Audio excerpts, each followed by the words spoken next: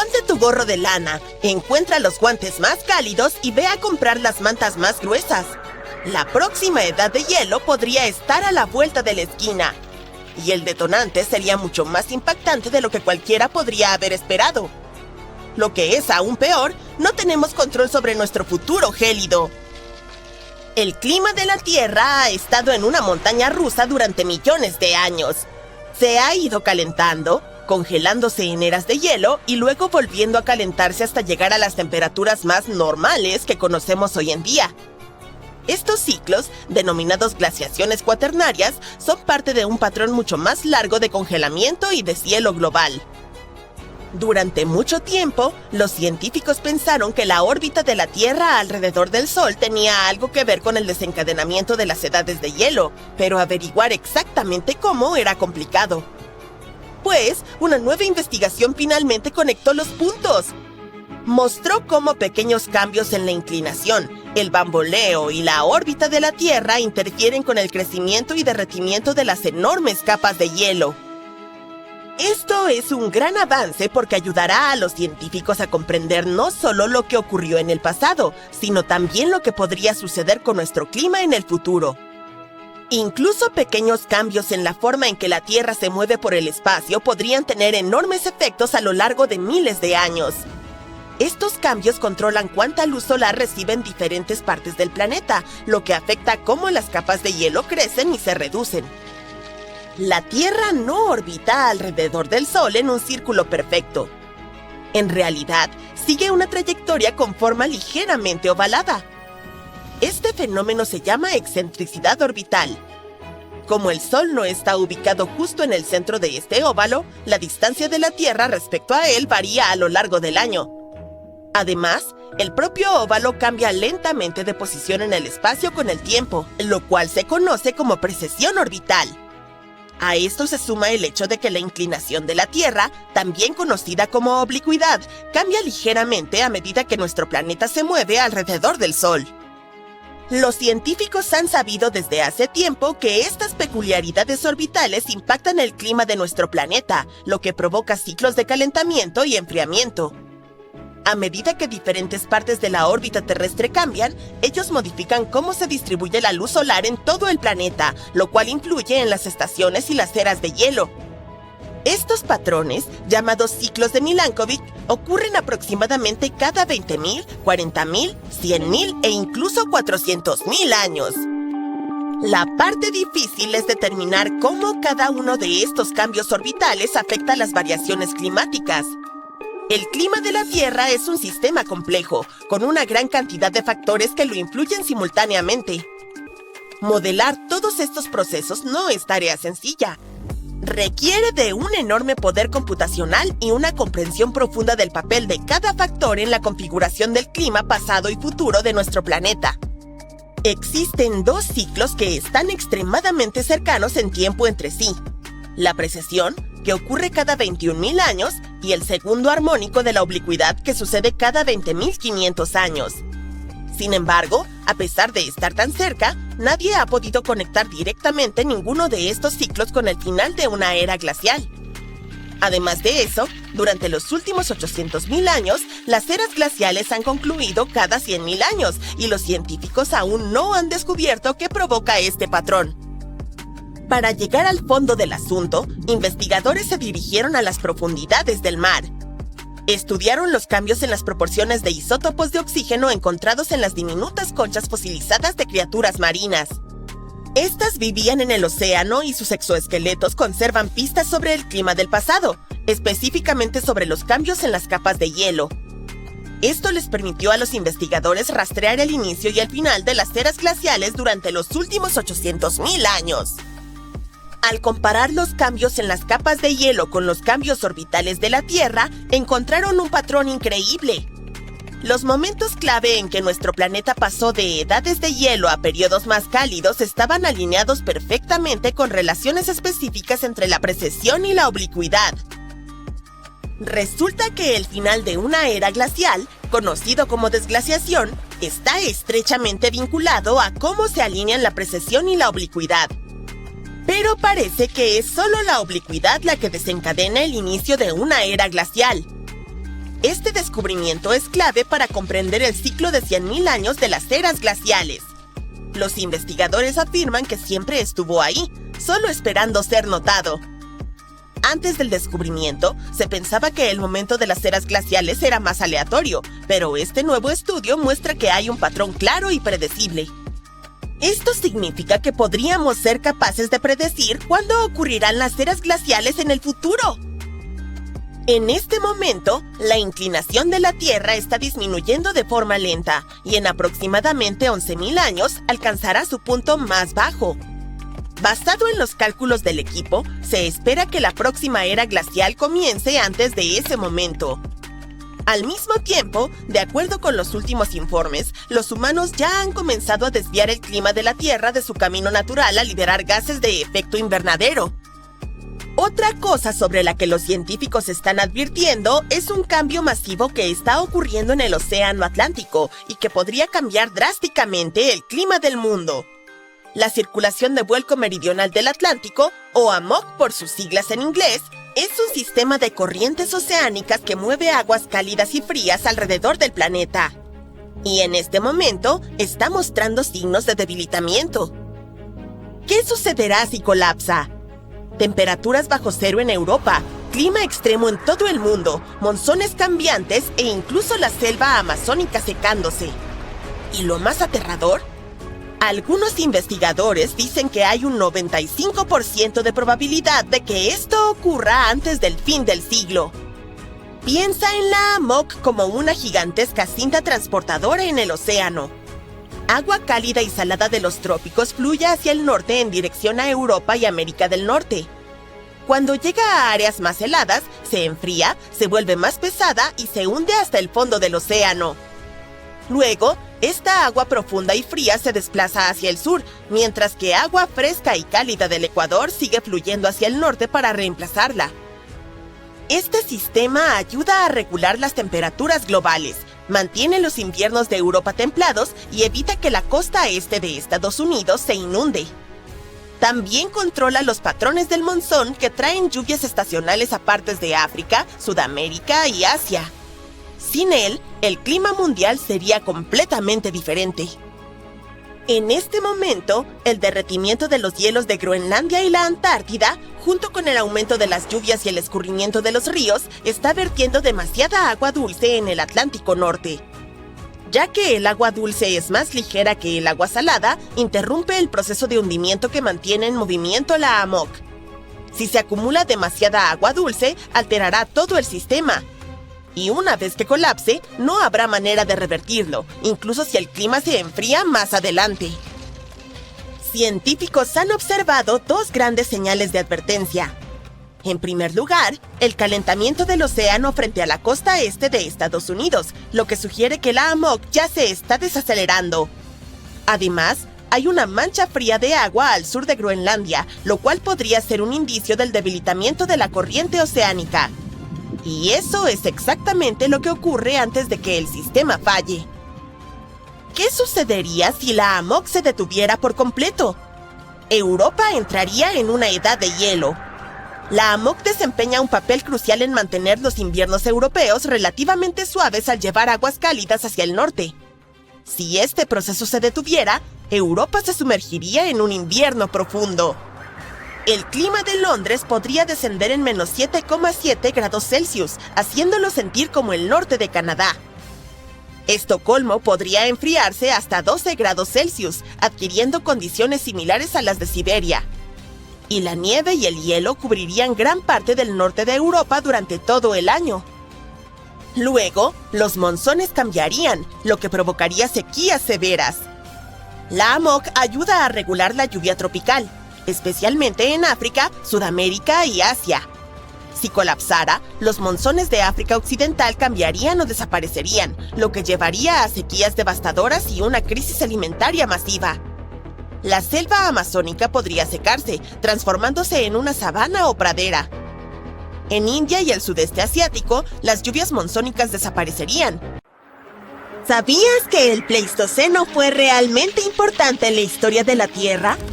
Fue cuando ocurrió la última edad de hielo, y los glaciares cubrieron gran parte del planeta. Este periodo duró aproximadamente 2,6 millones de años y terminó hace alrededor de 11.700 años. Lo que es aún más interesante es que los humanos modernos, como nosotros, en realidad evolucionaron durante este tiempo y se habían extendido por toda la Tierra antes de que terminara. También hubo algunos animales realmente fascinantes que vivieron durante el Pleistoceno, como los mamuts lanudos y los felinos de dientes de sable. Desafortunadamente, muchos de ellos se extinguieron al final de esta era. La Tierra ha tenido algunos patrones de clima bastante cambiantes durante los últimos 2,4 mil millones de años. Durante los periodos glaciales, las temperaturas bajan y grandes áreas del planeta se cubren de hielo. Todo comienza con un poco de nieve, que luego se acumula con el tiempo. El hielo refleja la luz del sol, haciendo que todo se enfríe aún más.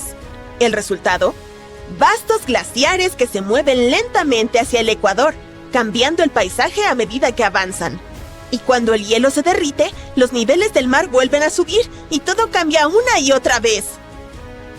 En total, ha habido al menos 5 eras glaciales hasta ahora. La primera fue tan intensa que todo el planeta se convirtió en una enorme bola de nieve. Actualmente hay una era glacial, pero estamos en un periodo cálido temporal que comenzó hace unos 11.000 años. Estos periodos cálidos se llaman interglaciales y no estamos seguros de cuánto duran. Todavía hay enormes mantos de hielo que cubren la Antártida y Groenlandia y contienen el 75% del agua dulce de la Tierra. Cuando finalmente se derritan, será el fin de la era glacial actual. La temperatura de la Tierra se ve afectada por algo llamado ciclos de Milankovitch. Básicamente, la cantidad de calor que recibimos del Sol cambia a lo largo de los años, décadas y milenios debido a la órbita, la inclinación y el ángulo del eje de la Tierra. Hay 3 patrones diferentes para estos ciclos. El primero se llama excentricidad, que tiene que ver con la forma de nuestra órbita. El segundo es la oblicuidad, que se relaciona con la inclinación de la Tierra. Y el tercero es la precesión axial, que es como un tambaleo mientras el planeta gira. Dependiendo de dónde nos encontremos en estos ciclos, podríamos experimentar temperaturas más frías o más cálidas. Pero otros factores, como la posición de los continentes y la atmósfera, también juegan un papel en el destino de la Tierra. Por ejemplo, la órbita de nuestro planeta no es exactamente circular. De hecho, es un poco alargada, casi con forma de huevo. Eso significa que a veces estamos un poco más cerca o más lejos del Sol, dependiendo de la época del año. Llamamos al punto más alejado del Sol el apogeo y al punto más cercano el perigeo. Cuando nos encontramos en el apogeo, nos estamos alejando del Sol, pero la gravedad nos termina jalando de regreso hacia él. Esto significa que nuestra órbita cambia un poco cada vez, desplazando gradualmente nuestra posición relativa al Sol. No te preocupes, aunque la órbita cambia a lo largo de miles de años, no tiene un gran impacto en nuestra vida cotidiana. Los cambios en la órbita de la Tierra pueden incidir en cuánta luz solar recibimos durante el verano. Esto significa que las capas de hielo del hemisferio norte se derriten menos y con el tiempo, en realidad comienzan a crecer. A medida que aumentan, reflejan aún más luz solar, lo que hace que el clima sea todavía más frío y extiende el hielo aún más lejos. Este proceso puede durar mucho tiempo, de 10.000 a 20.000 años, y finalmente lleva al planeta a su próxima temporada de congelación. En cuanto a la próxima era de hielo, los científicos creen que podría posponerse indefinidamente. Han descubierto que la interacción humana con el medio ambiente, como el uso de combustibles, podría retrasar la próxima era de hielo hasta en 100.000 años. Las anteriores estaban vinculadas con la cantidad de radiación solar y la concentración de dióxido de carbono de la atmósfera. Esta investigación puede ayudarnos incluso a predecir futuros ciclos. Es impresionante pensar que nuestras acciones actuales podrían afectar el futuro de la Tierra durante miles de años. Y aunque realmente no es importante cuándo comenzará la próxima era de hielo, es increíble saber que los humanos tienen el poder de moldear el futuro en una escala geológica. Las eras de hielo han tenido un gran impacto en nuestro planeta y en la civilización humana, por lo que es fascinante pensar en cómo nuestras acciones podrían cambiar las cosas, quizás incluso para mejor. ¿Cómo era la vida en nuestro planeta durante la última era de hielo? Bueno, América del Norte, por ejemplo, albergaba algunas criaturas enormes. Los mamuts, los esmilodontes, los perezosos gigantes y los mastodontes eran solo algunos de ellos. Y escucha esto. Europa tenía un pájaro no volador de 3 metros de altura que pesaba casi tanto como un oso polar. Mientras tanto, en Australia, existía un lagarto gigante que vivía en todo tipo de hábitats durante el mismo periodo. Aunque algunos animales del Pleistoceno ya no existen, podrías reconocer a muchos de los que aún están presentes hoy en día. En Alaska, por ejemplo, todavía puedes encontrar osos pardos, caribús y lobos. Personas como nosotros también vivieron durante la era de hielo. Nuestra especie, Homo sapiens, tiene unos 300.000 años, y desde entonces nos hemos extendido por todo el mundo. Algunos de nuestros antepasados se quedaron en África durante la era de hielo y no sintieron los efectos completos del frío. Y otros se aventuraron en otras partes del mundo, incluso en los entornos glaciales de Europa. Nuestros antiguos parientes, como los neandertales en Europa y los misteriosos denisovanos en Asia, también estuvieron presentes en esta época. Aunque parecen haberse extinguido antes del final de la Edad de Hielo, es impresionante pensar en todos esos diferentes homínidos que vagaban por la Tierra durante ese periodo. Lo que también es fascinante es cómo nuestra especie sobrevivió a la era glacial, mientras que algunos de nuestros primos no lo lograron. Los expertos creen que nuestra adaptabilidad, nuestras habilidades sociales y de comunicación y el uso de herramientas jugaron un papel crucial. ¿Y sabes qué? Los humanos no se resguardaron durante ese tiempo. De hecho, nos mudamos a nuevas regiones. Las huellas fosilizadas encontradas en el Parque Nacional White Sands en Nuevo México demuestran que los humanos han estado en América del Norte al menos desde hace 23.000 años, es decir, cerca del pico de la última era glacial. Mientras que una era de hielo completa aún puede estar lejos, existe la posibilidad de que se acerque una mini era de hielo. Algunos científicos creen que en aproximadamente 10 años podríamos experimentar una caída significativa en la actividad solar, lo que llevaría a temperaturas más frías en el hemisferio norte. Esto podría provocar condiciones similares a las de la pequeña edad de hielo de finales del siglo XVII, cuando el río Támesis del Reino Unido se congeló. Aunque los científicos no tienen claro qué causó ese enfriamiento, es fascinante pensar en los cambios que se podrían producir. Lo hemos hecho antes, así que sabemos que probablemente los humanos sobrevivirán a la próxima verdadera era de hielo, incluso si no logramos encontrar una forma de detener la congelación. Pero tendría un alto costo. Todo el hielo que cubriría la mayor parte del hemisferio norte tendría que venir de los océanos, lo que causaría que el nivel del mar disminuya. Esto podría significar más tierra para algunos países, pero también crearía otros problemas. Que los niveles del mar disminuyan podría parecer algo genial al principio, pero en realidad podría conducir a algunos desafíos. Habiendo estado cubierta con agua salada durante miles de años, la nueva tierra podría no ser muy fértil. Esto significa que no sería ideal para el cultivo, y tendríamos que buscar otras formas de alimentarnos. Cuando aparecieron los humanos, no eran muchos y había suficiente comida. Ahora, con más de 7.000 millones de personas en el planeta, la historia es diferente. Tendremos que ser ingeniosos para asegurarnos de que todos tengan los recursos necesarios para vivir bien. Oye, ¿quieres hacer un viaje salvaje al pasado, al periodo Jurásico o al Cámbrico? Confía en mí, va a ser toda una aventura, pero sobrevivir en aquellos antiguos entornos requeriría de habilidades bastante serias. Al inicio del periodo Cámbrico, el aire sería tan delgado como en el campamento base del Monte Everest, pero el clima era en realidad bastante fresco y consistente en aquel entonces. Sin embargo, había un pequeñísimo problema: no había plantas ni animales terrestres de los cuales alimentarse. Por lo tanto, olvídate de encender la parrilla para preparar un jugoso bistec. En cambio, tendrías que idear formas creativas de atrapar trilobites y otros mariscos de aspecto curioso. Buena suerte tratando de encontrar una lanza sin madera o una red de pesca sin fibras vegetales. Y prepárate para comerlos crudos, a menos que puedas descubrir cómo extraer aceite de estas criaturas o quemar algas marinas secas. Pero espera, si estás buscando una existencia más cómoda, tienes que viajar a hace 100 millones de años al periodo silúrico. Aquí las cosas empiezan a ser un poco más fáciles. El aire sigue siendo delgado, pero hay un poco más de oxígeno para respirar. Además, el clima es más cálido y acogedor. Las plantas terrestres simples finalmente han hecho su debut. Y no solo eso, sino que los primeros peces óseos también aparecen en la escena. Por lo tanto, puede que encuentres algo más apetecible para engullir. Solo ten cuidado con esos 1000 pies prehistóricos y las criaturas parecidas a arañas que comparten la tierra contigo. Puede que no sean los mejores acompañantes para cenar.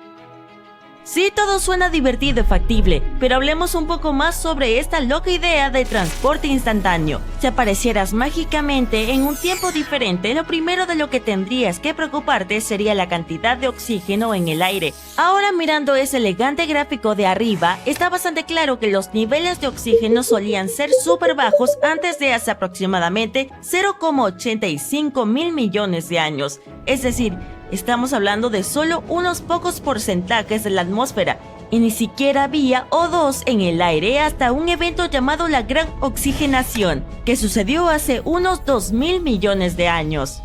Entonces, si aparecieras en esa época, sobrevivir dependería completamente de cuán en forma estuvieras. Si la concentración de oxígeno fuera menos del 10%, probablemente perderías el conocimiento, pero no fallecerías. Si estuviera justo por encima del 10%, podrías ser capaz de funcionar, pero no estarías precisamente viviendo tu mejor vida. Basándonos solo en el oxígeno, parece que podrías sobrevivir si aparecieras hace unos 75 millones de años, más o menos unos cuantos millones de años. Ahora hablemos de las cosas geniales en tierra. Las primeras plantas de la Tierra no aparecieron hasta hace aproximadamente 450 millones de años, durante el periodo Ordovícico. Antes de eso, había algunas algas por ahí, principalmente en el rango de 500 a 600 millones de años atrás, pero no pasó mucho hasta que llegaron estas plantas terrestres. Otras formas de vida no comenzaron a aparecer en Tierra hasta aproximadamente 300 a 400 millones de años atrás. Pero había esta criatura, un miriápodo, que vivió hace unos 428 millones de años y fue uno de los primeros habitantes terrestres. Quiero decir, si vivieras en aquel entonces, tendrías que inventar recetas sofisticadas con miriápodos. Sí, no es algo que te haga agua a la boca precisamente. No te preocupes si te encuentras de nuevo en el tiempo antes de toda esa acción terrestre. Hace cerca de 500 a 600 millones de años, los océanos estaban llenos de vida. Existían esas criaturas llamadas fauna de Ediacara, algunos de los primeros organismos bien conservados. Varios de ellos probablemente pasaban el rato en las áreas poco profundas cerca de la costa, por lo que podrías conseguir unos pocos para una comida. Pero recuerda, aún no había plantas terrestres, así que probablemente tendrías que comerlos crudos y sin papas al lado. Tendrías una especie de sashimi prehistórico en tu plato. Ahora, hace unos 500 millones de años, las cosas comenzaron a volverse realmente interesantes en los océanos después de algo llamado explosión cámbrica. Si terminaras en el periodo cámbrico, tendrías todo tipo de animales extraños para atrapar en las zonas costeras. Echa un vistazo a los fósiles del esquisto de Burgess para tener algunas ideas salvajes. Mira estos braquiópodos, artrópodos e incluso criaturas parecidas a gusanos. Pero de nuevo, no había plantas leñosas terrestres en este punto, por lo que tus comidas consistirían principalmente en artrópodos crudos y algas. De acuerdo, vamos a sumergirnos en los detalles más íntimos de las eras de hielo, que fue cuando la Tierra se volvió súper fría durante un tiempo absurdamente largo como millones y millones de años. Esto provocó que gigantescas capas de hielo y glaciares se extendieran por todas partes y cubrieran grandes áreas de la superficie del planeta. Lo creas o no, nuestro planeta ha experimentado al menos 5 grandes glaciaciones. La primera ocurrió hace unos 2000 millones de años y duró 300 millones de años. La más reciente comenzó hace aproximadamente 2.600.000 años y técnicamente aún estamos en ella. Entonces estamos en medio de una era de hielo, pero actualmente no vivimos en una maravilla helada. Eso es porque actualmente estamos en un periodo interglacial. Durante una era de hielo, las temperaturas suben y bajan. Cuando hace más calor, esas capas de hielo y glaciares comienzan a derretirse, lo que crea lo que llamamos interglaciales. Y cuando hace más frío, se expanden de nuevo en lo que llamamos glaciales. Así que en este momento estamos disfrutando del cálido periodo interglacial de la era de hielo más reciente que comenzó hace unos 11.000 años. Cuando las personas mencionan la era de hielo, por lo general se refieren al último periodo glacial que comenzó hace unos 115.000 años y terminó aproximadamente hace 11.000 años, cuando comenzó nuestro actual periodo interglacial. Durante ese periodo glaciar, las cosas eran mucho más frías que ahora. En su apogeo, cuando las capas de hielo cubrían la mayor parte de América del Norte, la temperatura promedio global era de unos 8 grados Celsius. Esto es un total de 6 grados Celsius más frío que la temperatura promedio global de hoy. Esa diferencia de temperatura puede no parecer mucho, pero fue suficiente para convertir la mayor parte de Norteamérica y Eurasia en paisajes cubiertos de hielo. La tierra también era mucho más seca y los niveles del mar eran mucho más bajos porque la mayoría del agua estaba atrapada en esas capas de hielo. Estamos hablando de vastas estepas, planicies de hierba seca tan lejos como el ojo puede ver, y no olvidemos las sabanas, las planicies de hierba más cálidas y los desiertos que también formaban parte del escenario helado. Durante la era de hielo, había algunas criaturas familiares deambulando como osos pardos, caribúes y lobos, pero también había algunas criaturas mega geniales que lamentablemente se extinguieron cuando la era de hielo llegó a su fin. Estamos hablando de mamuts, mastodontes, felinos de dientes de sable y perezosos gigantes de tierra. Ahora hay un montón de teorías circulando acerca de por qué estas magníficas bestias desaparecieron. Una idea es que nosotros los humanos las cazamos hasta su extinción cuando nos cruzamos con esta megafauna. Nuestra especie, Homo sapiens, efectivamente sobrevivió a la edad de hielo. Hemos estado viviendo en este planeta durante alrededor de 300.000 años, comenzando en África y luego extendiendo nuestra impresionante existencia por todo el globo. Algunos de nuestros antepasados se quedaron en África y no experimentaron los efectos del hielo en su totalidad.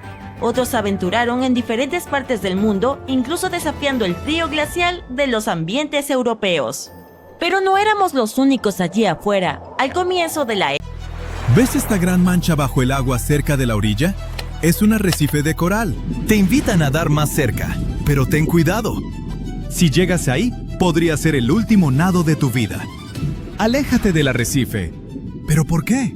¿Por qué son tan peligrosos los arrecifes de coral? Vamos a descubrirlo. Primero, adivina qué es un arrecife de coral. ¿Un acantilado submarino? ¿Rocas? ¿Un paisaje costero? ¿Algún lugar donde viven las conchas? Cerca, pero no es cierto. En resumen, un arrecife de coral es un ser vivo. Lo que vemos en aguas tropicales poco profundas son colonias de organismos llamados pólipos de coral. Son parientes lejanos de las medusas y las anémonas con superpoderes asombrosos. Pueden absorber el calcio del agua. Al hacerlo, convierten el calcio en rocas calizas duras.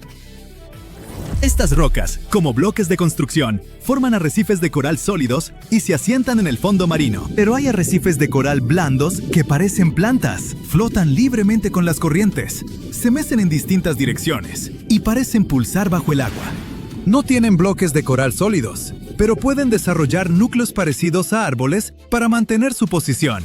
Tanto los arrecifes de coral duros como los blandos son criaturas hermosas, pero al mismo tiempo son muy peligrosos. Muchos barcos naufragaron al entrar en aguas poco profundas, ya que los bordes afilados de los arrecifes rasgaron sus cascos. Pero, ¿qué peligro hay para alguien que nada solo y no va a chocar contra el arrecife?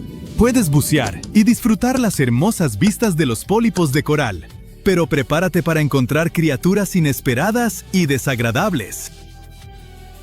Un arrecife de coral no es solo una colonia viva, es el hogar de miles de diversas criaturas marinas, y algunas pueden ser muy peligrosas para los humanos. Como el pulpo, de anillos azules, por ejemplo. Es una criatura diminuta que seguro notarás, gracias a las manchas brillantes en su cuerpo. Pero no lo toques con la mano, ya que es una de las criaturas más venenosas de la Tierra. La cantidad de veneno tóxico que lleva este pulpo puede dañar a 26 personas, y es poco probable que sobrevivan a este encuentro. El veneno actúa en pocos minutos, y no existe antídoto en el mundo. Lo que lo hace aún más peligroso es que el piquete del pulpo no duele. Probablemente ni siquiera sabrás que te picó, hasta que aparezcan los primeros síntomas: parálisis corporal, problemas respiratorios y paro cardíaco.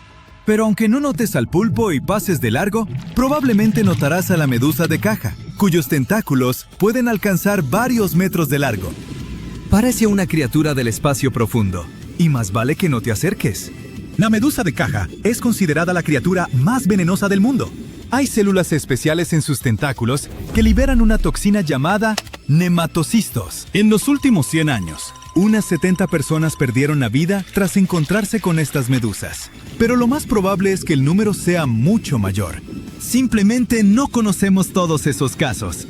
A diferencia del piquete indoloro del pulpo de anillos azules, el encuentro con una medusa de caja sí duele. Otro habitante peligroso de los arrecifes de coral es una roca. Sí, fíjate, nomás es una piedra que es parte del arrecife. Pero espera un momento. Parece que se mueve. No la toques. Es increíblemente venenosa. A estas alturas, probablemente ya te diste cuenta de que no es una piedra. Este es el pez piedra. Y este tipo con esa cara de pocos amigos es uno de los peces más venenosos del planeta. ¿Ves esas pequeñas púas a lo largo de su lomo? El pez las levanta cuando se siente en peligro. Si la toxina que cubre estas púas entra en tu cuerpo, tienes menos de 1 hora para tomar el antídoto. Si no lo logras a tiempo, mejor no pienses en el peor de los casos. ¿Todavía quieres nadar más cerca del arrecife de coral? Si es así, adelante. Hay otras criaturas aterradoras ahí. Esta, por ejemplo, no finge ser una roca o algo inofensivo. Se ve peligrosa. Y es peligrosa. Es la morena. Estas serpientes submarinas no son venenosas, pero encontrarse con ellas puede ser desagradable. Pueden morder de forma muy dolorosa, pero solo si las molestas en sus madrigueras. ¡Claro! Probablemente no querrás provocar a estas criaturas, pero podrías acercarte sin querer a su madriguera sin saber que viven ahí y picarla con el dedo. Una vez que lo hagas, prepárate para el contraataque. Por cierto, las morenas son tóxicas porque comen algas y peces tóxicos. Sin embargo, no pueden usar esta toxina contra ti a menos que intentes comértelas. Al acercarte al arrecife de coral, puedes encontrarte con una daga voladora. Este es el pez aguja, un pez delgado y rápido, con nariz afilada y dientes espinosos como agujas. Nada cerca de la superficie, junto a los arrecifes de coral a gran velocidad. Y luego, salta del agua y vuela a una velocidad de 60 kilómetros por hora. Muchas personas han reportado haber sido gravemente heridas por este amigo. Esta parece alambre de púas con forma de estrella. Cientos de agujas afiladas cubren el cuerpo de la estrella de mar corona de espinas. Y más vale que no las toques. Cada espina en su cuerpo contiene toxinas peligrosas que causan dolor, náuseas, hinchazón e incluso pueden provocar un choque anafiláctico. Los arrecifes de coral no son solo un lugar para pasar el rato, sino también comida. Esta estrella de mar saca su estómago, cubre la superficie del arrecife con él y absorbe sus nutrientes. Es como sacado de una película de terror de ciencia ficción. Pero no creas que los corales son algo aterrador y peligroso. De hecho, los arrecifes de coral son de las cosas más útiles del océano. Incluso salvan vidas. ¿Sabías que las líneas de arrecifes de coral amortiguan el impacto de los tsunamis y protegen las costas de las inundaciones? Algunos arrecifes grandes, como la Gran Barrera de Coral, son el límite entre el mar abierto y las aguas poco profundas. Se extienden a lo largo de la costa y forman un muro protector que sirve de barrera contra tsunamis y deslaves. Durante una tormenta, los arrecifes de coral rocosos dispersan las olas grandes y suavizan su impacto en la costa. Pero lo más padre es que los corales ayudan a que tu perfil de Instagram se vea mejor. ¿Qué? Sí, así es. ¿Conoces esas hermosas fotos estilo paraíso, donde el agua cerca de la orilla es azul y la arena de la playa es blanca? Pues la arena obtiene este color único gracias a los corales. Como ya sabes, los cuerpos de los corales están hechos de carbonato de calcio. Cuando las olas y las tormentas destruyen los corales, arrastran estas partículas de calcio directamente a la orilla.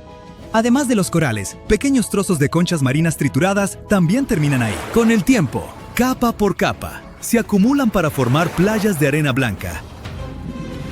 Por cierto, los peces loro también participan en la creación de esta belleza. Estos pececitos se alimentan de algas que se pegan a los arrecifes de coral, así que también consumen trozos de coral junto con su comida.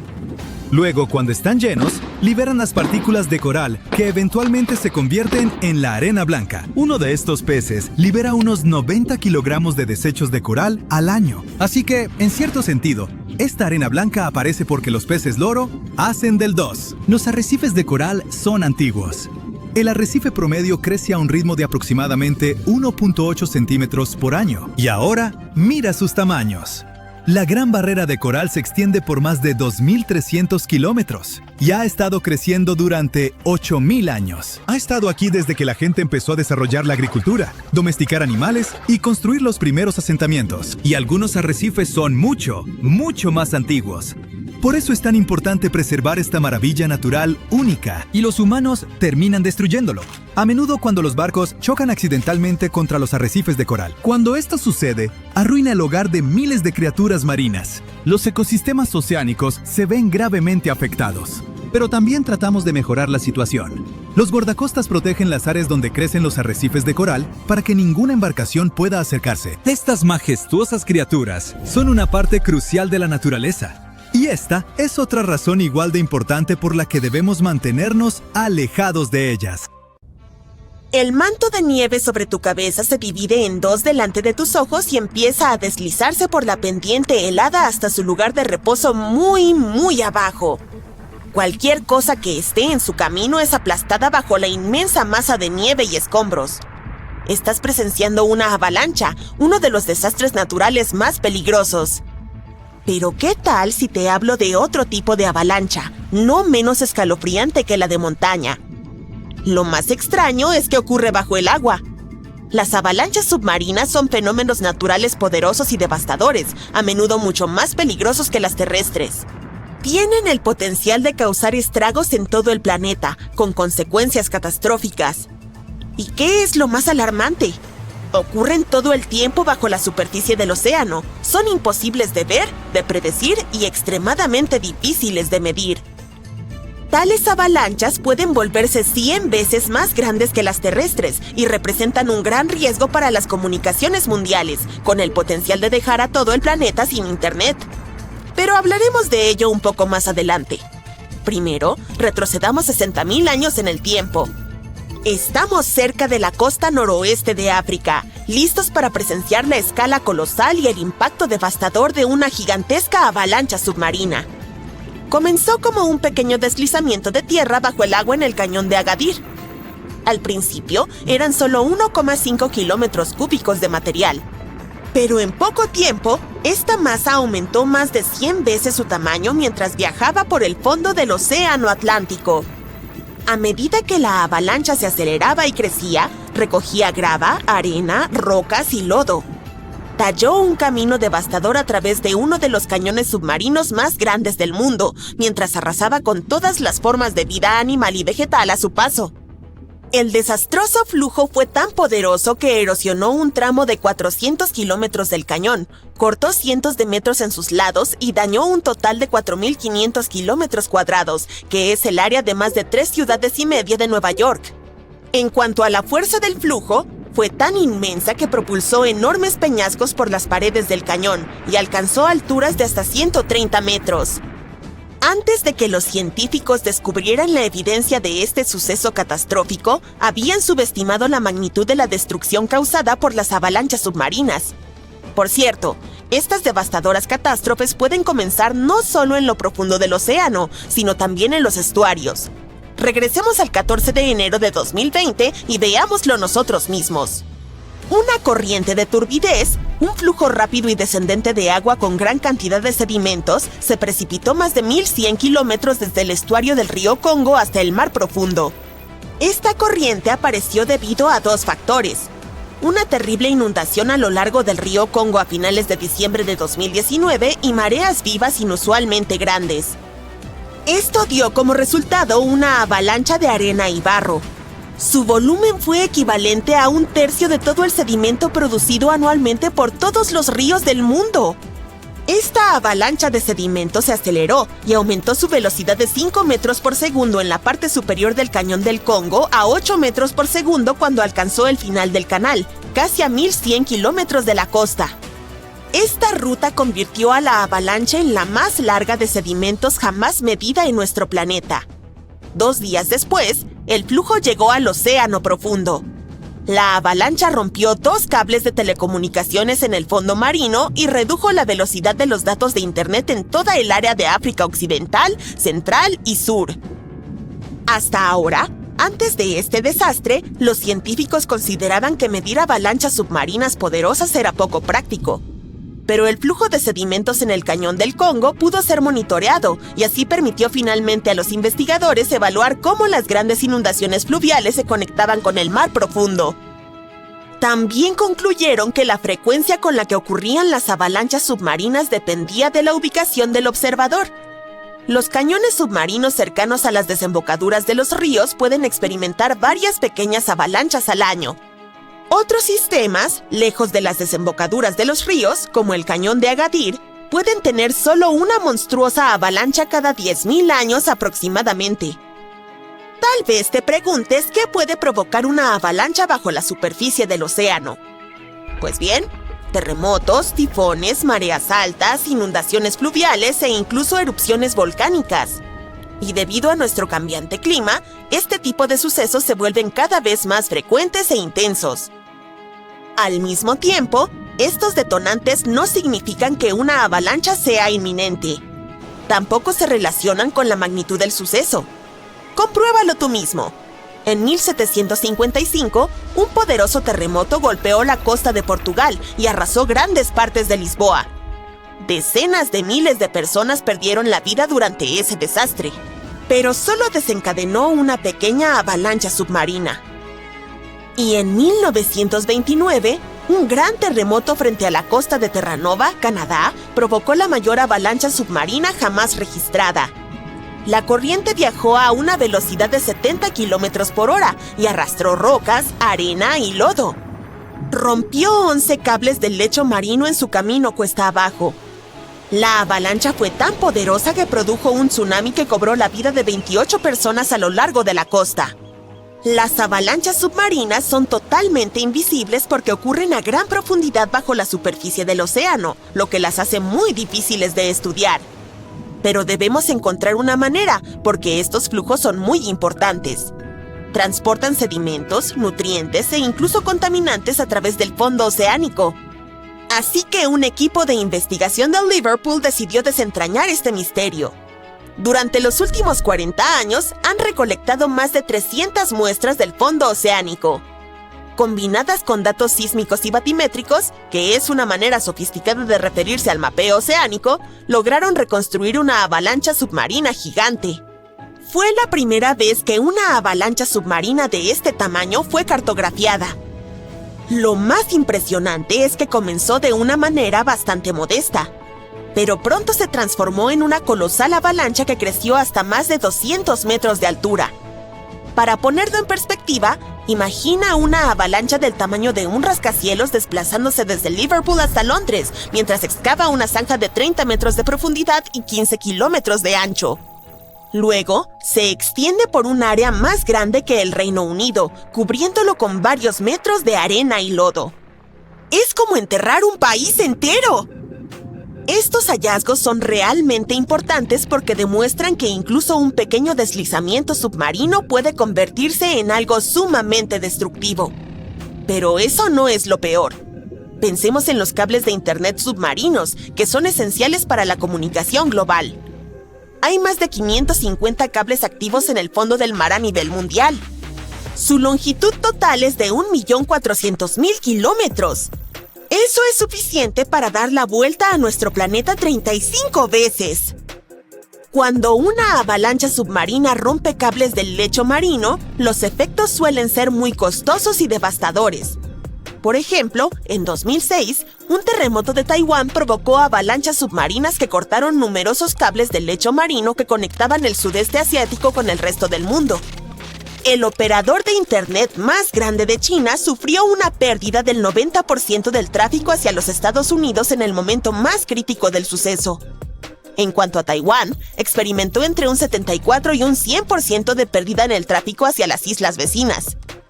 Entonces, ahora tal vez entiendas por qué debemos aprender más sobre este fenómeno natural.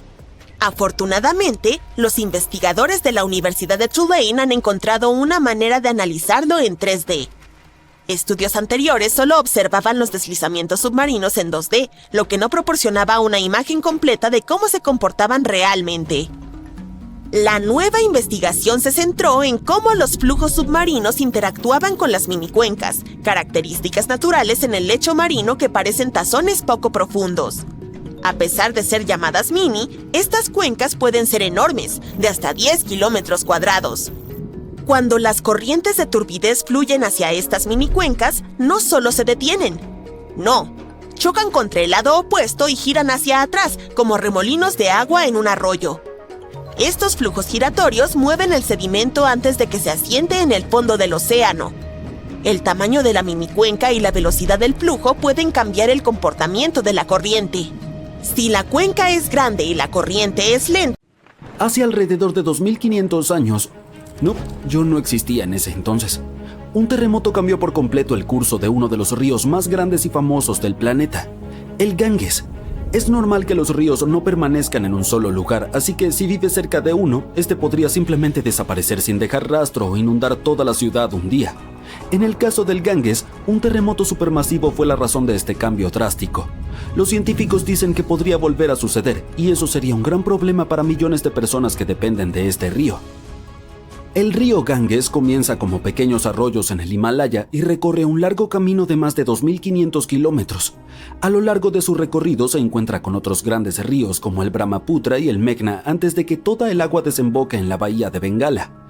El Ganges tiene el delta más grande del mundo entre todos los ríos. Y al igual que muchos otros ríos en la región, ha cambiado su curso lentamente con el tiempo. Estas variaciones sí ocurren cuando un río erosiona sus orillas. Generalmente tardan mucho tiempo en producirse, a veces décadas. Los científicos han descubierto que el sistema fluvial Ganges-Brahmaputra ha cambiado varias veces en los últimos 6000 años. Al observar imágenes satelitales del delta del Ganges, notaron algo interesante. Había un hundimiento en forma de media luna en el suelo a unos 45 kilómetros de donde fluye el río actualmente. Esta depresión tenía más de 1,5 kilómetros de ancho y se extendía por muchos kilómetros. Pensaron que podría haber sido un antiguo cauce principal del río Ganges hace mucho tiempo.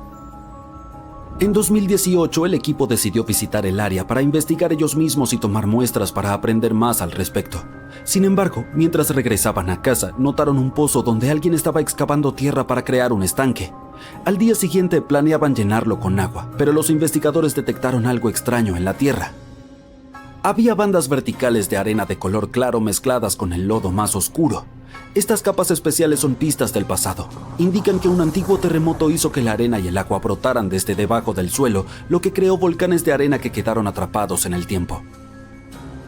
Los científicos estudiaron la arena y el lodo y dedujeron que estos terremotos ocurrieron hace aproximadamente 2500 años y fueron fuertes, con magnitudes de 7 a 8. El epicentro estaba a más de 177 kilómetros de la rama principal del río, pero fue lo suficientemente poderoso como para desplazarlo. Podría haber afectado alrededor de 140 millones de personas.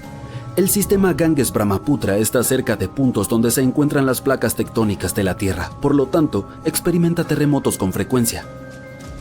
No hay peligro en este momento, pero los científicos piensan que otro terremoto masivo podría ocurrir en los próximos cientos o miles de años.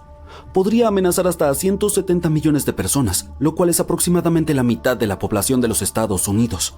Nadie puede predecir con exactitud cuándo ocurrirá un terremoto o cuán fuerte será. Aprender cómo los terremotos del pasado han desviado ríos ayuda a los científicos a identificar patrones y especular sobre eventos similares en el futuro.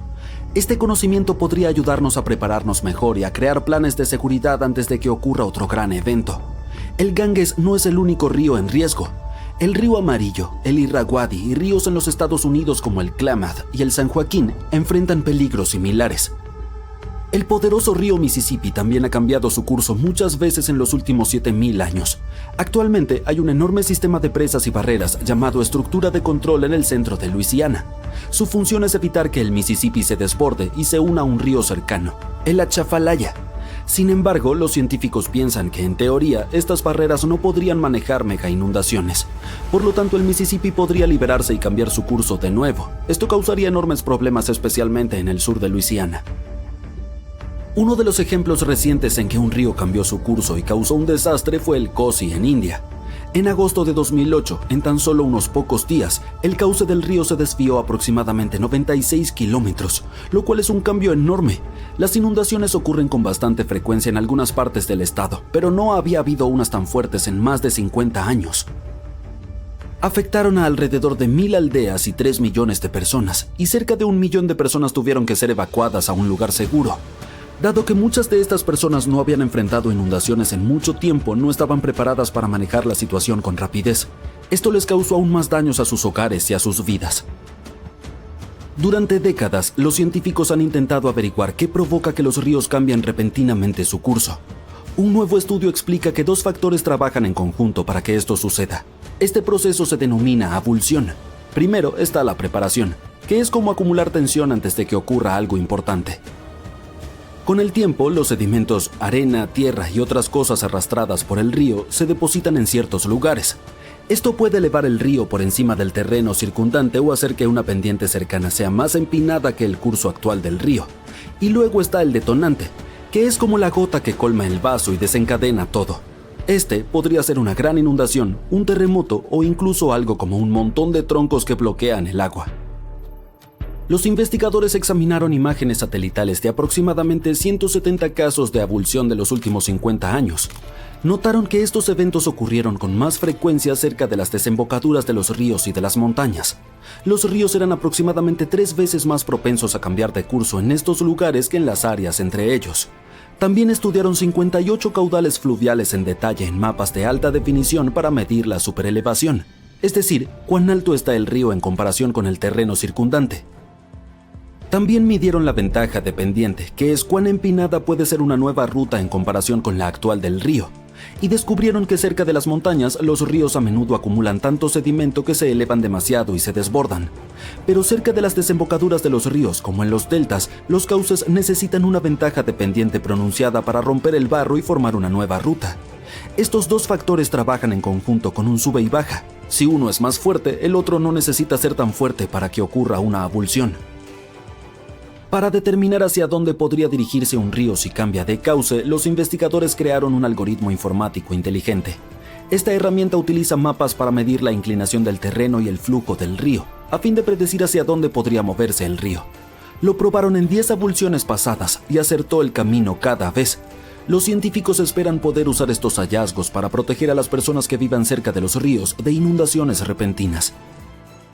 El cambio de curso de los ríos desempeñó un papel importante en la creación de uno de los primeros sistemas de administración organizados en el mundo. Los científicos encontraron pistas sobre esto en el territorio de la antigua Mesopotamia. Este nombre significa la tierra entre 2 ríos y se encontraba entre los ríos Tigris y Éufrates. Las personas que vivían allí dependían de estos ríos para obtener agua, alimentos y transporte. Los científicos querían averiguar cómo esos cambios repentinos en los ríos afectaron a los antiguos habitantes. Para lograrlo, utilizaron 2 tipos de mapas.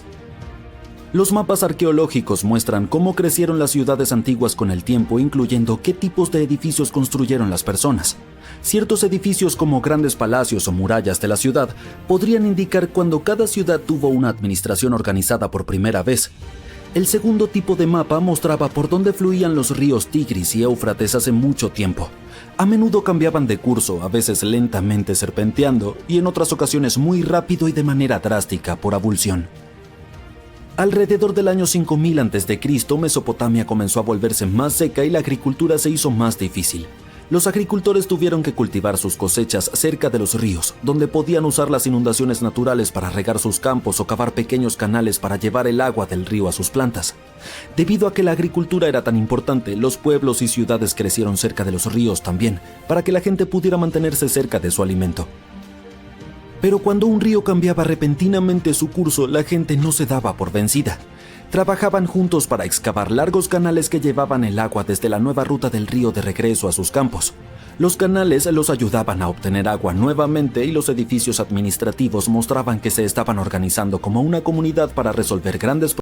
Entre el año 774 y 775, la Tierra fue golpeada por una mega explosión de radiación. Esta fuerte ráfaga de energía dejó su huella. Los anillos de los árboles de ese año muestran niveles excesivamente altos de material radiactivo. ¿Pero cuál fue exactamente la causa? Los científicos tienden a pensar que fue una llamarada solar. Algunos creen que tal vez una supernova masiva causó la ráfaga de radiación. Después de analizar el carbono radiactivo y el berilio en los anillos de los árboles, los científicos descartaron otras posibilidades. Inicialmente consideraron que podría haber sido una colisión entre estrellas de neutrones o entre una estrella de neutrones y un agujero negro.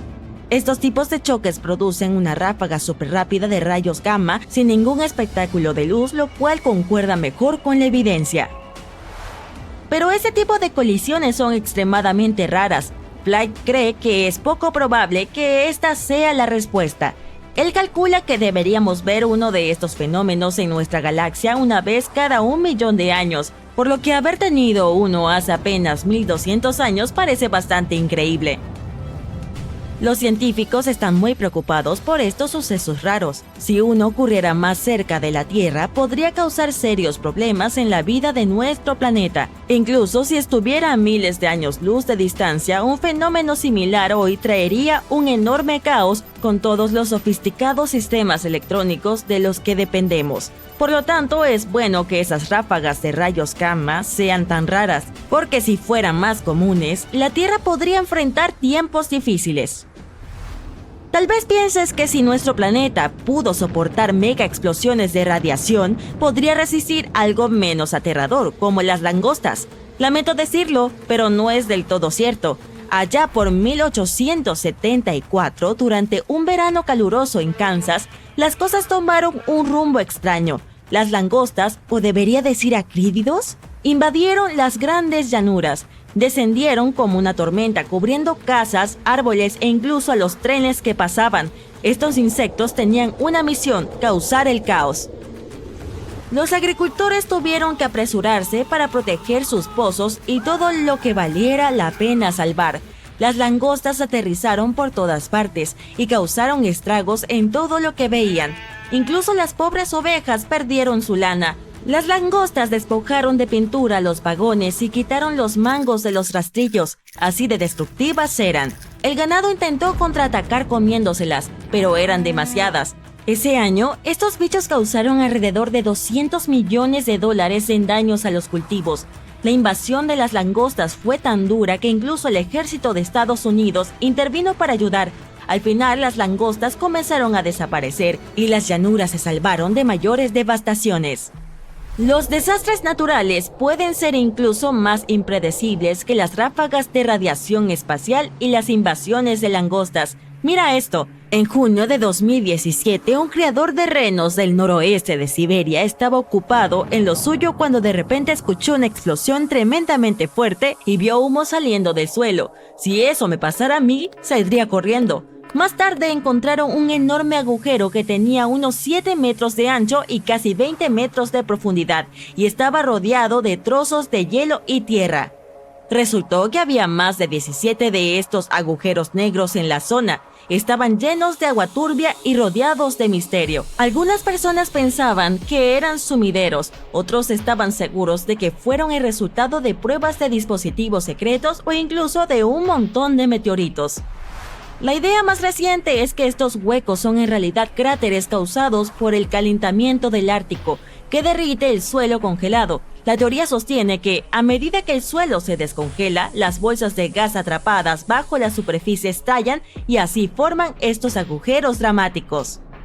Aparentemente, estos extraños cráteres han aparecido en lugares específicos de Siberia, donde fallas geológicas antiguas han estado liberando gas natural caliente durante años. Combina eso con algo de metano residual de sedimentos de lagos antiguos y tienes la receta para algunas sorpresas explosivas a medida que el planeta se calienta. ¿Todavía no tienes miedo? De acuerdo. Tal vez te asusta la oscuridad, ¿cierto? Si es así, no te habría gustado vivir en el 536. Fue el año en el que el mundo vivió un loco periodo de 18 meses de oscuridad. Una niebla misteriosa cubrió Europa, Medio Oriente y partes de Asia, bloqueando el sol y causando caos. Era como la Edad Oscura, pero de verdad. Resulta que la principal responsable de esta niebla fue una erupción volcánica ocurrida en Islandia, que esparció cenizas por todo el hemisferio norte, causando la caída de las temperaturas y el fracaso de las cosechas. La gente se congelaba y se moría de hambre. Fue un desastre. Incluso los historiadores de entonces hablaban de lo extraño que era. El sol parecía la luna, los veranos eran helados e incluso nevaba en China en verano. Todo se debía a las cenizas volcánicas que bloqueaban el sol. Y para empeorar las cosas, este periodo de oscuridad desencadenó el inicio de la peste bubónica en el año 541. ¡Qué época difícil para estar vivo! Regresemos rápidamente a Siberia. Allá por 1908, muy adentro del territorio, un asteroide hizo una visita inesperada. Hoy lo conocemos como el asteroide de Tunguska, pero no obtuvo su nombre de inmediato. La gente del lugar apenas alcanzó a ver el espectáculo, una brillante bola de fuego surcando el cielo seguida de un estruendo impresionante. Los árboles salían disparados, los incendios ardían y los animales tampoco estaban demasiado contentos. Pero como la zona era tan remota, no fueron muchos los que se dieron cuenta. Durante casi 2 décadas, nadie se molestó en visitar el sitio de Tunguska. La gente tenía demasiado en qué pensar en aquel entonces, pero después los científicos finalmente llegaron allí y encontraron evidencia de las travesuras del asteroide. En expediciones posteriores, descubrieron micropartículas espaciales. Avanzando hasta hoy, la NASA tiene todo un programa de defensa planetaria. Incluso enviaron una misión para probar tecnología de desviación de asteroides, porque quién sabe cuándo vendrá a tocar a nuestra puerta la próxima roca cósmica, ¿verdad?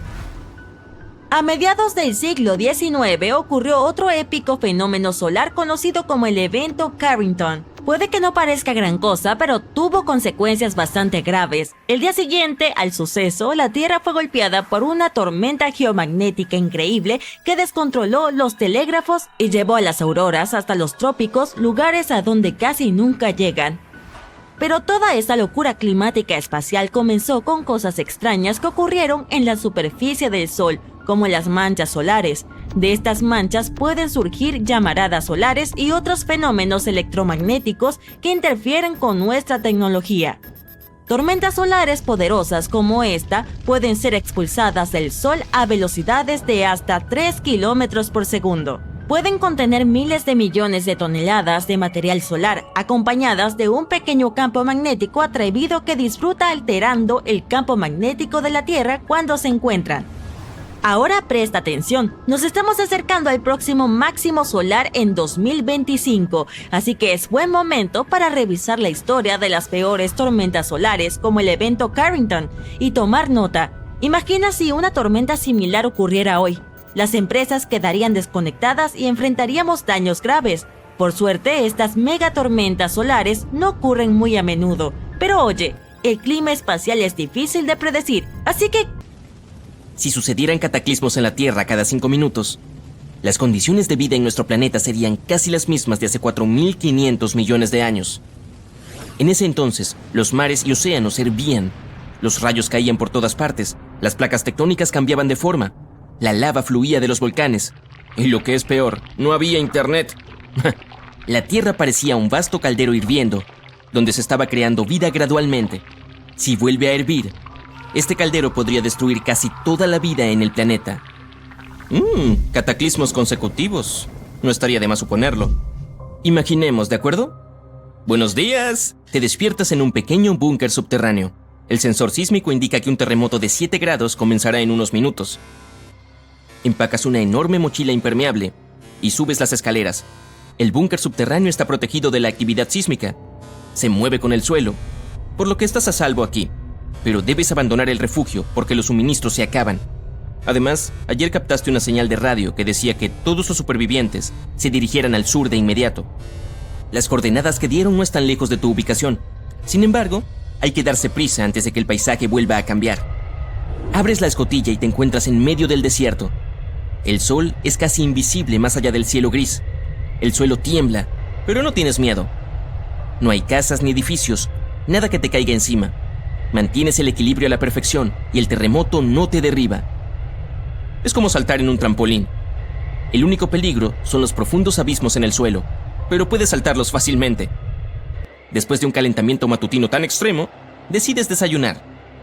Sacas una lata de tu mochila. Tienes unos minutos antes del próximo desastre. Así que comes y recuerdas cuando tu bisabuelo te dijo cómo empezó todo. Antes de todo esto, el planeta estaba dividido en territorios llamados países. Millones de personas vivían aquí y luego sucedió algo terrible. Las placas tectónicas comenzaron a moverse y la temperatura del aire y la presión atmosférica comenzaron a cambiar rápidamente. En un día, los terremotos destruyeron ciudades enteras y los tsunamis y las inundaciones arrasaron con las ruinas restantes. Las cenizas volcánicas bloquearon el paso de la luz solar. Los incendios forestales destruyeron casi toda la vegetación y las erupciones envenenaron el aire.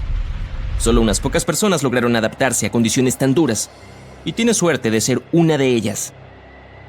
Cuando terminas tu desayuno, te distraes con otro temblor. Es hora de seguir adelante. Muchas personas viajan solas por el mundo, ya que lo consideran una forma de vida más segura. Algunas personas forman pequeñas comunas, pero nadie permanece en un lugar por mucho tiempo. Toda tu vida está en movimiento, pero no te asustas. Una de las principales reglas durante los desastres naturales es mantener la calma, por lo que todos los sobrevivientes tienen nervios de acero y un excelente entrenamiento físico. Corres unos kilómetros al sur y de repente hueles algo extraño. Te pones una máscara de gas. El terremoto ha creado una erupción límnica. El dióxido de carbono natural se libera del suelo a la superficie. Te sientes cómodo con una máscara antigas, pero no puedes correr rápido mientras la usas. Más adelante, puedes ver un bosque verde, un lugar raro que no se vio afectado por los incendios. Te quitas la máscara antigas y te acercas a un árbol para refugiarte a la sombra del sol abrasador. Esta zona verde es rica en vegetación. Aquí crecen coloridas flores, fresas y muchas otras bayas. Pero estás preocupado. Una tierra tan fértil se debe sin duda a que está cerca de volcanes. Expulsan magma subterráneo, rico en vitaminas y minerales, por lo que crece la vegetación. Puedes ver una alta montaña a lo lejos. Ese es el volcán. Vuelve a producirse un sacudón subterráneo y provoca una erupción. Recoges fresas y huyes de ese lugar lo más lejos posible. La lava brota del cráter del volcán y enciende el bosque. Sacas un scooter plegable con motor de tu mochila y te alejas de la montaña ardiente lo más rápido posible. El cielo está cubierto de ceniza volcánica, pero no por mucho tiempo. Un viento fuerte fluye, crece con cada segundo que pasa. Te das cuenta de que un huracán se mueve en tu dirección. Sacas una pala pequeña y cavas un hoyo en el suelo. El suelo está seco, pero tienes la fuerza suficiente para cavar un pequeño agujero en un par de minutos. Te metes en el refugio y te cubres con una carpa protectora. El huracán empuja la ceniza volcánica en diferentes direcciones y el aire vuelve a aclararse. Pero el fuego no cesa. El viento se abre paso por el bosque. Sales del agujero y te vuelves a poner la máscara antigas. Hay mucho humo alrededor y hace un calor insoportable. Sabes que el huracán no podría aparecer sin ningún motivo. Los huracanes se forman cuando el aire cálido y húmedo chocan con la superficie del mar y se eleva hacia el cielo. Entonces hay agua cerca. Genial, porque tienes sed y quieres refrescarte. Un fuerte sonido estalla detrás de ti. Te das la vuelta. Una enorme ola se acerca al fuego. Sin pánico, sacas el chaleco salvavidas de la mochila, te quitas la máscara de gas y te pones una máscara de buceo y aletas. La ola te hace volar, pero no te ahogas. A lo largo de los años de supervivencia, has aprendido a nadar muy bien. Te agarras a un árbol que pasa y esperas pacientemente a que la inundación sea reemplazada por otro desastre natural. Durante 5 minutos, navegas bajo un cielo negro y tormentoso que brilla con relámpagos. A pesar de las olas, intentas remar hacia el sur. Hace bastante frío. Finalmente, ves la orilla. Pero esto no es tierra, sino hielo. Un fuerte viento trajo un ciclón frío que provocó un rápido cambio de temperatura. Es como si estuvieras en la Antártida. Hay nieve y ventiscas por todas partes. Hace mucho frío.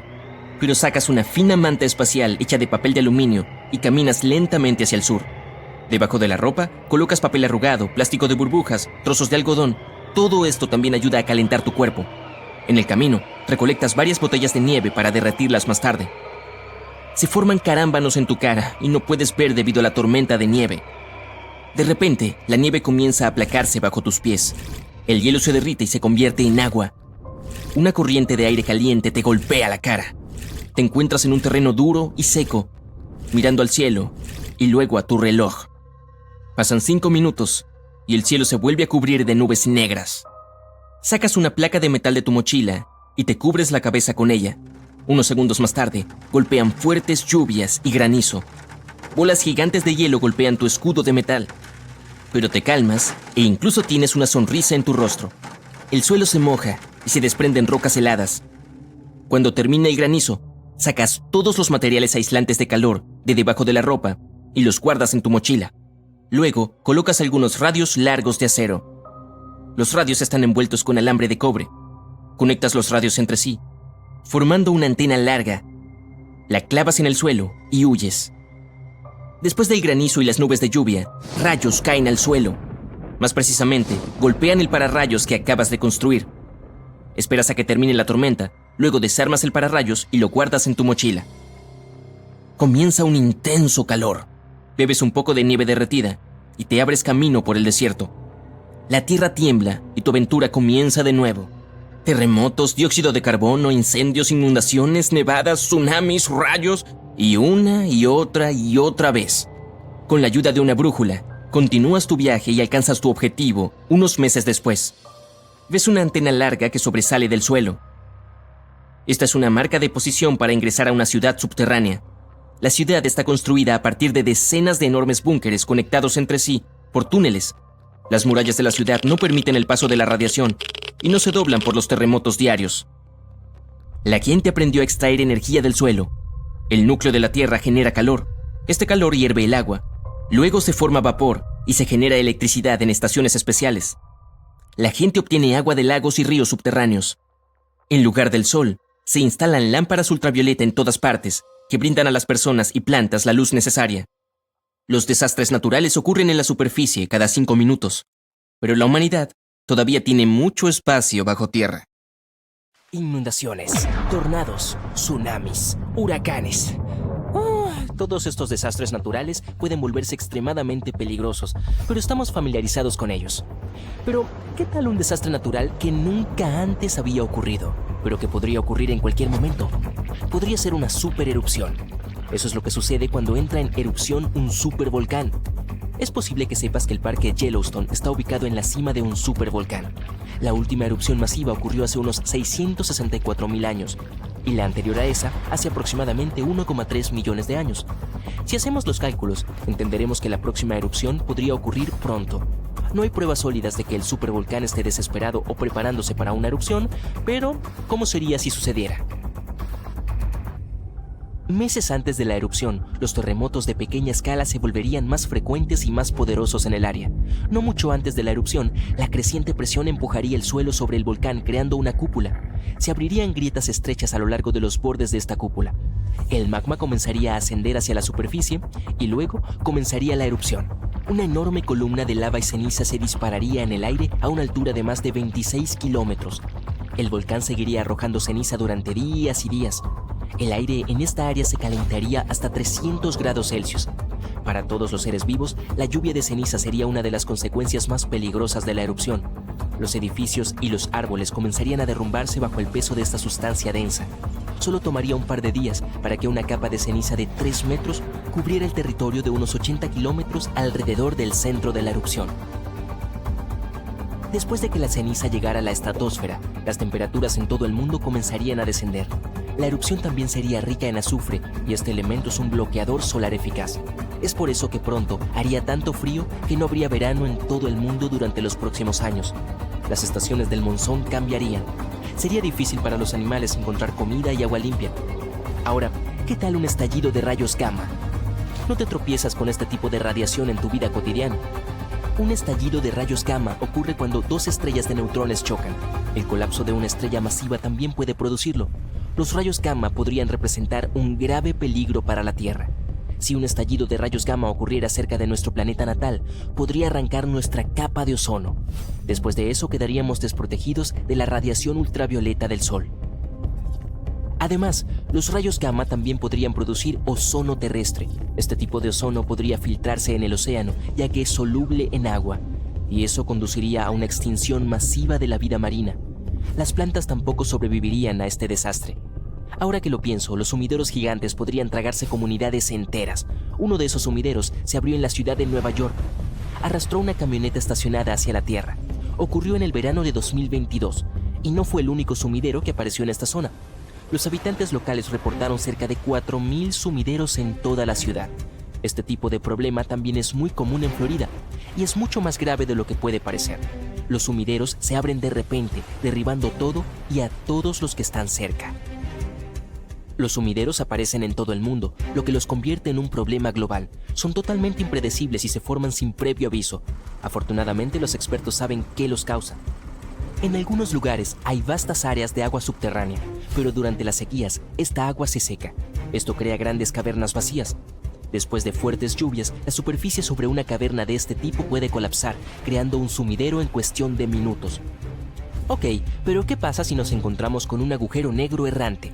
Es posible que sepas que un agujero negro es una región del espacio donde la gravedad es tan poderosa que ni siquiera la luz puede escapar de sus garras. Por fortuna, el más cercano a nosotros está a 1500 años luz de distancia. Nada de qué preocuparse, ¿verdad? Hasta que te enteras de la existencia de los agujeros negros errantes. Ahora las cosas definitivamente se vuelven mucho más espeluznantes. Si un agujero negro de este tipo entrara en el sistema solar, la Tierra estaría condenada. No tendríamos ninguna posibilidad contra este monstruo espacial. En 2020 se detectaron 13 agujeros negros errantes no muy lejos de nuestro planeta. Pero no te preocupes, no muy lejos, en términos espaciales, significa alrededor de 1,000 millones de años luz de distancia. Así que nos queda algo de tiempo. Además, la posibilidad de tal desastre es muy baja. Otro desastre natural que aún no hemos experimentado es una mega inundación. Nunca ha sucedido antes, pero los cambios climáticos crean un riesgo potencial. Podría empezar, digamos, en California. Este estado experimentó algunas inundaciones realmente malas en el pasado. Una de ellas se extendió hasta 96 kilómetros de ancho y 480 kilómetros de largo. Si ocurriera un desastre similar en estos días, causaría daños por valor de $1 billón. También desarraigaría a millones de personas. Pero ahora hablemos de un hipercán. A juzgar por el nombre, este desastre natural podría volverse extremo. Un hipercán es un teórico huracán de potencia insuperable. Ocurriría si el océano se sobrecalentara como resultado del cambio climático o por una erupción volcánica masiva. En cualquier caso, estas condiciones podrían crear un huracán que se extendería mucho más allá de la estratosfera inferior. Y como puedes suponer, los huracanes regulares no hacen eso. La velocidad del hipercán alcanzaría los 805 kilómetros por hora. La presión en el interior sería lo suficientemente baja como para no dejar que el hipercán se desgastara tan rápido como otros huracanes. El hipercán podría durar semanas seguidas, pero lo peor, podría dañar o incluso destruir parte de la capa de ozono de la Tierra. Y el agujero podría ser del tamaño de todo el continente norteamericano. Ahora, este desastre natural sí sucedió antes, hace unos 66 millones de años. Apuesto a que sabes lo que estoy insinuando. Sí, ese meteorito que supuestamente borró a los dinosaurios de la faz de la Tierra. Este visitante espacial de 11 kilómetros de ancho viajaba a 108,000 kilómetros por hora. Como resultado de la colisión, el 75% de toda la vida en el planeta desapareció y el invierno reinó en la Tierra durante 18 meses. ¿Quieres saber un secreto? Los meteoritos golpean la Tierra todo el tiempo, e incluso más de ellos apenas le erran a nuestro planeta. Pero también es muy difícil predecir los impactos de meteoritos. Los científicos pasan por alto muchos de ellos hasta que casi los tenemos encima. Es por eso que los expertos están trabajando en un sistema de alerta temprana que podría prevenir desastres. Podría hacer que los impactos de meteoritos sean menos catastróficos o, al menos, dar tiempo a las personas para evacuar. También podría ser nuestro propio Sol el responsable de otro desastre natural. Estoy hablando de una llamarada solar masiva. En la escala del daño a la sociedad, pocas catástrofes pueden compararse con este evento. No destruiría edificios como un tsunami o un terremoto. Tampoco acabaría con vidas de la misma manera que lo haría un supervolcán o un meteorito. Pero paralizaría toda nuestra forma de vida. Esto al destruir toda la infraestructura electrónica de la Tierra. El costo de este desastre alcanzaría $billones. e incluso haría que otras infraestructuras fallaran. Comunicación, medicina, transporte, sistemas bancarios, todos caerían como fichas de dominó. Y sería increíblemente difícil recuperarlos. La Tierra se quedaría sin electricidad durante años. No habría luz eléctrica, ni computadoras, ni teléfonos. Los sistemas de suministro de agua estarían fuera de servicio. No habría comida en los supermercados, no habría electricidad y la gente no podría reiniciar las redes eléctricas ya rotas. En 1859, personas de todo el mundo se despertaron en medio de la noche. Estaba tan claro como durante el día. Los cielos se iluminaron con auroras, rojo, verde, púrpura. Aparecieron incluso en las regiones donde nadie las había visto antes, como las Bahamas, Jamaica o Hawái.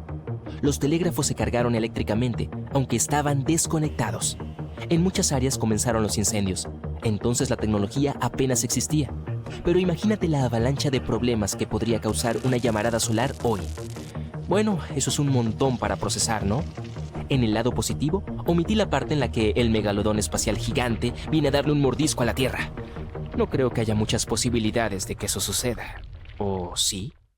Rocas, rodando por las laderas de un volcán retumbante, empujando a otras rocas más grandes en su camino, y finalmente, cayendo al océano en una enorme cascada, causando una ola cuya altura nunca antes se había visto en el mundo.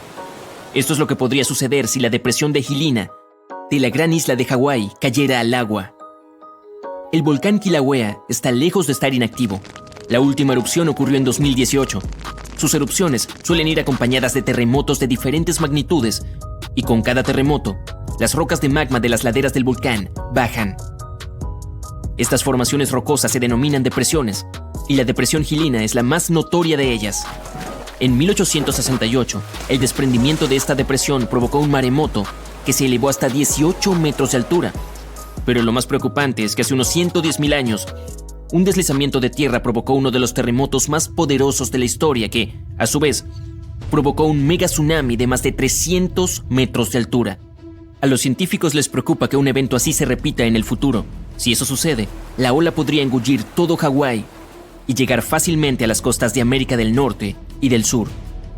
Sin embargo, los geólogos se apresuran a asegurar que es poco probable que ocurra un deslizamiento de tierra como este en el corto plazo. Es demasiado pronto para eso. Pero cuando finalmente suceda, las consecuencias serán catastróficas. Que tengas un lindo día. El Parque Nacional Yellowstone, en el oeste de los Estados Unidos, es mundialmente famoso por sus deslumbrantes vistas y especialmente por la colorida gran fuente prismática en su corazón. Pero todos deberíamos estar conscientes de que Yellowstone es, ante todo, una enorme caldera, básicamente un supervolcán dormido. La diferencia entre un volcán normal, como el Kilauea de antes, y un supervolcán es que este último es miles de veces más poderoso. Imagínate una erupción que arroja toneladas de enormes rocas y ríos de lava caliente, escupiendo nubes de ceniza que hacen que los países cancelen viajes en avión durante semanas, y ahora multiplica todo eso por 1000. Así es como se vería una erupción de Yellowstone. Al principio, un área enorme en el medio del Parque Nacional temblaría, se derrumbaría y luego estallaría hacia arriba en una explosión de megatones.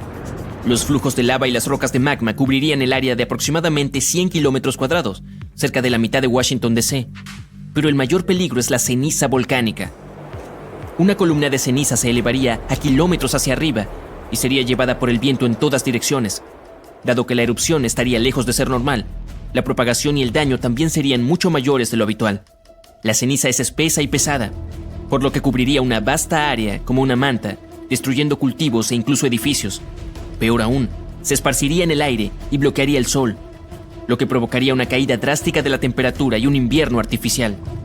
Incluso los volcanes regulares pueden reducir las temperaturas en todo el mundo en unos pocos grados. Un supervolcán puede potencialmente causar una nueva edad de hielo.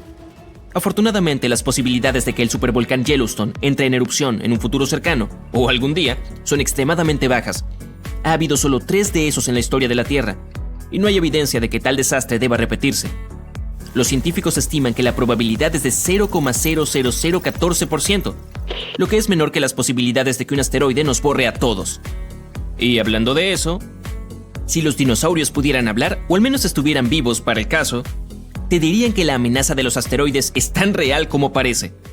Los científicos de la NASA dicen que han rastreado el 90% de todos los asteroides cercanos a la Tierra de tamaño significativo y ninguno de ellos es motivo de preocupación, pero todavía hay otro 10% en el gran desconocido. Es más, los asteroides pueden cambiar su línea de vuelo debido a la atracción de otros cuerpos celestes y eventualmente girar hacia nosotros. ¡Oh, qué suerte tenemos! Ahora, si un asteroide lo suficientemente grande como de 1,6 kilómetros de diámetro golpea la Tierra, primero causará una explosión lo suficientemente poderosa como para borrar una docena de grandes ciudades en cuestión de segundos. Luego, el impacto levantará una nube de polvo y escombros que bloqueará el sol, al igual que la nube de ceniza de un volcán, y provocará un invierno de siglos en todo el planeta. Pero, incluso si cae al océano, lo que es más probable, la ola resultante se elevará a varios kilómetros de altura, arrastrando a las ciudades costeras de la faz de la Tierra. Pero al menos no habrá una nueva edad de hielo. Aunque los científicos están bastante seguros de que no existe tal amenaza en el futuro cercano, no se puede descartar por completo y la humanidad necesita al menos 5 años para prepararse para este evento. Si un gran asteroide cercano a la Tierra cambia repentinamente su curso y gira a la derecha hacia nuestro planeta, no tendremos ninguna posibilidad contra él. ¿Alguien quiere ver una película sobre desastres? Sin embargo, una calamidad mucho más probable se encuentra justo debajo de nuestros pies. Es la falla de San Andrés en California. La falla ha estado lista para su ruptura desde hace años, y los científicos estiman que es probable que ocurra un terremoto en esta línea en las próximas 3 décadas. Y cuando suceda, no será nada agradable. Esperan una magnitud de 8 grados, que es comparable a algunos de los terremotos más devastadores de la historia. Es aún más peligroso, ya que California alberga algunas de las ciudades más pobladas del oeste de los Estados Unidos, como Los Ángeles y San Francisco. Los edificios de gran altura son comunes allí y son particularmente vulnerables a los temblores subterráneos. El terremoto de San Andrés podría causar mucho daño, tanto a las ciudades como al campo. En el peor de los casos, el suelo podría romperse, destruir edificios, granjas y cambiar el paisaje por completo. Aún así, los científicos creen que la probabilidad de un terremoto de este tipo es de solo el 7% en los próximos 30 años, por lo que existe una gran probabilidad, 93%, de que nunca veamos eso en nuestra vida. Sin embargo, existe otro peligro de terremoto no muy alejado del anterior: el megaterremoto en Chile. El país se encuentra justo encima de una zona de subducción, un área donde 2 placas tectónicas se encuentran y van una debajo de la otra. En el lugar de su encuentro, el estrés se acumula debido a su movimiento continuo, y una vez que ese estrés es demasiado, se produce un gran terremoto. Chile ha experimentado muchos terremotos en los últimos años, y los científicos están preocupados de que puedan estar preparando el área para uno realmente grande. Creen que se producirá un gran terremoto antes de finales de siglo, y que podría ser devastador para la zona costera. Incluso terremotos más pequeños provocaron tsunamis que inundaron la costa oeste, y uno tan grande como ese probablemente levante una ola de una altura increíble. En el lado positivo, Chile ahora sabe prepararse con anticipación para los próximos desastres naturales. Y los geólogos están bastante seguros de que la gente podrá evacuar antes de que el terremoto ocurra. En septiembre de 1859, el astrónomo Richard Carrington estaba mirando al sol y de repente vio una llamarada brillante en su superficie.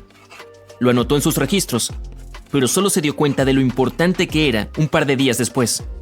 La energía de esa llamarada llegó a la Tierra y la golpeó directamente, lo que provocó que la aurora boreal apareciera sobre Cuba y quemara las líneas telegráficas de todo el mundo. Esto se denominó Evento Carrington y fue una tormenta solar. Tales tormentas azotan la Tierra con bastante frecuencia, pero ninguna de ellas ha sido tan poderosa como el Evento Carrington, ni antes ni después.